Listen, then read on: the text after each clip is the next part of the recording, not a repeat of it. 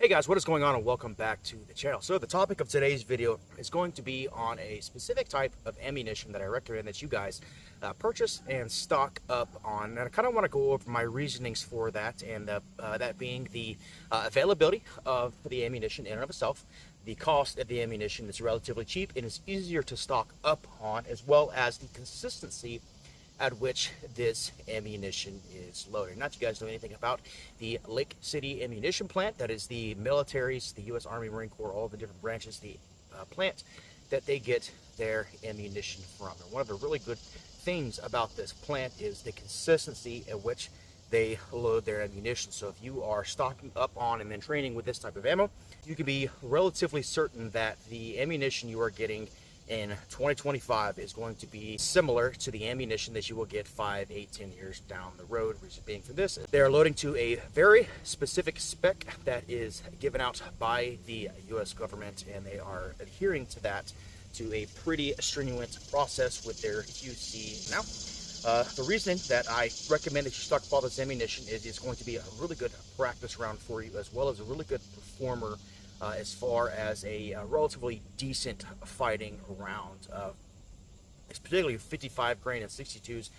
They rely heavily on the yawing effect for your terminal performance. There's a lot of different ballistic shell videos. You can see exactly how these perform, and they do relatively good for what they are whenever it comes to hitting soft targets. As far as the accuracy goes for this ammunition, it's not the greatest out there in the world, but you will find today, and it's something that I hope to be able to showcase to you guys today, that it is accurate enough to get hits all the way out to 600, even 700 yards with a decent rifle and optics setup with a relatively competent shooter. Now, am I saying that this particular ammunition is going to in any way outperform your 77 grain variants? No, 77 grain is going to do better terminally.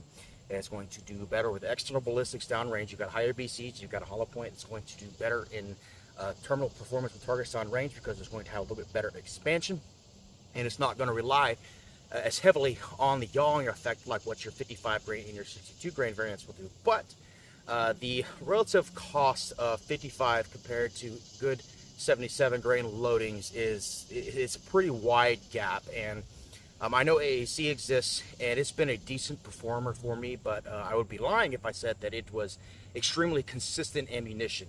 Every time I buy a new lot of AAC ammunition, I have to re-zero, re-chronograph, do all of that. And if you're stocking up on it, that's not going to be something that's very counterintuitive. That's going to be something that's counterintuitive to your overall end goal, because now you are wasting precious resources with having to fight with different effects that ammunition is having in your particular gun. So that is my reasoning for stockpiling on this particular type of ammunition. Now, if you are somebody that has the money, has the funds to do it, the means to do it, by all means, stock up on something like Mark 262 Black Hills ammunition. Is going to also be extremely consistent ammunition, and is going to blow your M193 or M855 variants out of the water. But that being said, the majority of people, they're not able to do that. So this is the ammunition that I recommend. Now, a couple of other really good things that this ammo is going to afford you is the ability to practice and get really good at wind calls. A lot of times will pull out this particular ammunition, and it will help you to really be able to dial in your ability to calculate the wind on the fly, because it is a whole lot more susceptible to wind drift versus your 77 grain variants. So what I've got set up here today is I've got a target at 3, 4, and I'm going to go all the way to 600 yards. And I'm going to shoot the different distances with this gun. And the wind that we've got today, the wind is anywhere between 0 and 12 miles an hour. And then I will move back to the 700 yards and showcase to you guys exactly how effective this ammunition can be, even at distances like 700. So without further ado, let's go ahead, get set up on the range, and get after it. All right, we've actually got quite a bit of left to right wind going on right now. So we're just going to wing it. It's worth noting that the adjustments for each of these distances are at least out to about 500 yards for the 55s versus the 77s are half. Again, that's not saying that the 55s are better, but they are flatter. So that's something you'll want to keep in mind whenever you're shooting these. There's going to be quite a bit of difference in your trajectory. So we're going to go for this 300 first. Need a little guy with the popper.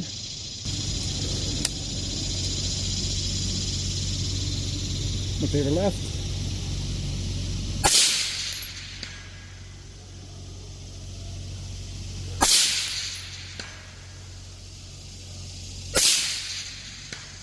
All right. And you'll see that the accuracy of this ammunition is already showing itself, but my wind call was pretty good. I was basically holding left edge of that target, so I was giving it about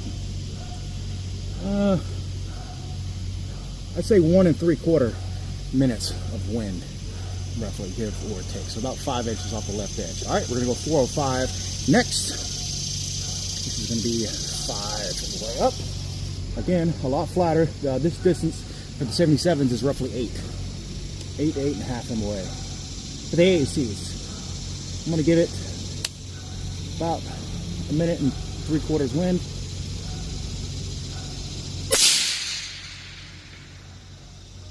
You can see that hit upper right corner, it looks like. Let me give it more wind.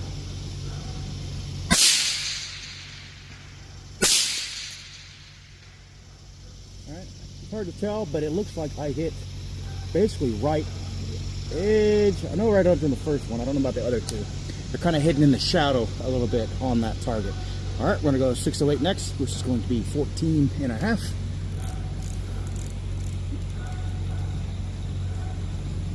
Alright, and this is kind of showcased that you can get hits at this distance with this ammunition. I'm going to give it about 2 minutes wind.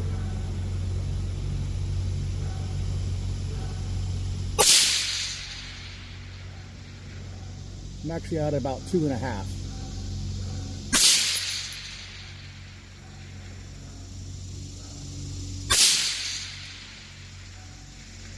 Alright, yeah, I was about 2.5 minutes of wind there, so about 12 inches, about 14 inches left that I was holding. I can't tell from here exactly where they're hitting because the grass grows faster during the summertime than I can keep up with it with the mower. So the target is kind of obscured behind some grass blades where I'm currently sitting, but the ground is arcing up and over that and still connecting. So let's go ahead, let's get back to the 700 yard line and let's see if we can connect this ammunition at 7. All right, now we're at 700 yards. Keep in mind, guys, that this ball ammunition, right around 6-ish, is where it really starts to taper off, and you'll start to really notice the differences between ammunition like a 55 grain M193 and something like, say, a 62 grain Black Hills.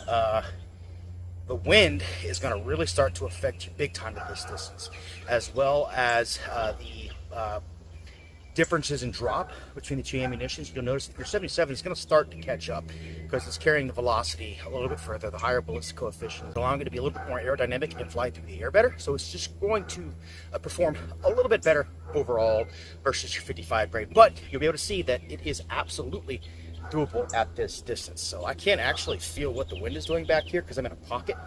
So I'm going to have to guess based off of the mirage downrange, get an idea of exactly what it is this round is doing.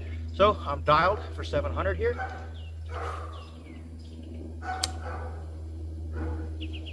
Basically going to favor left edge.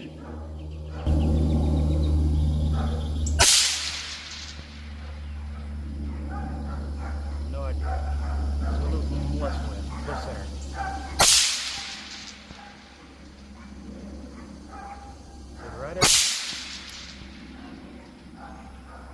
Alright, so there's evidently something going on that I'm not seeing back here, so let's go ahead. I'm going to give it about 2 minutes of wind.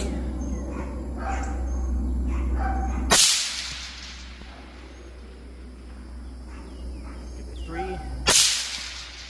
There we go. I'm at about 3.5 minutes of wind.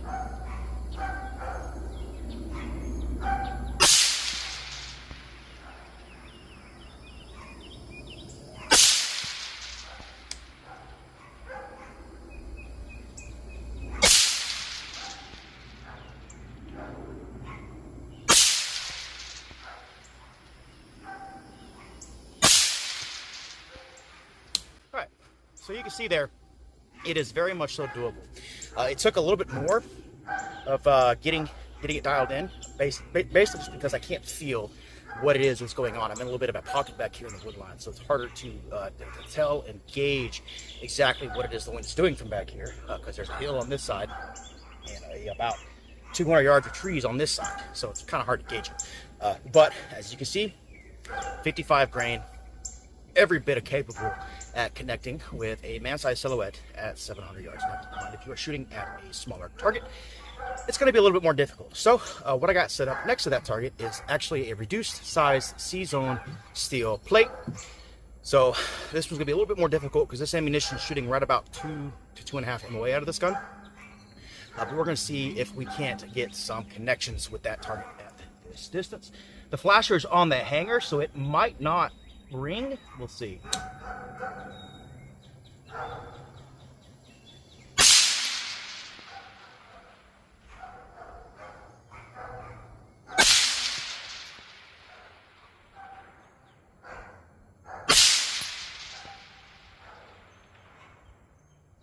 Okay, I'm hearing steel hit, but it might be the stand. There we go.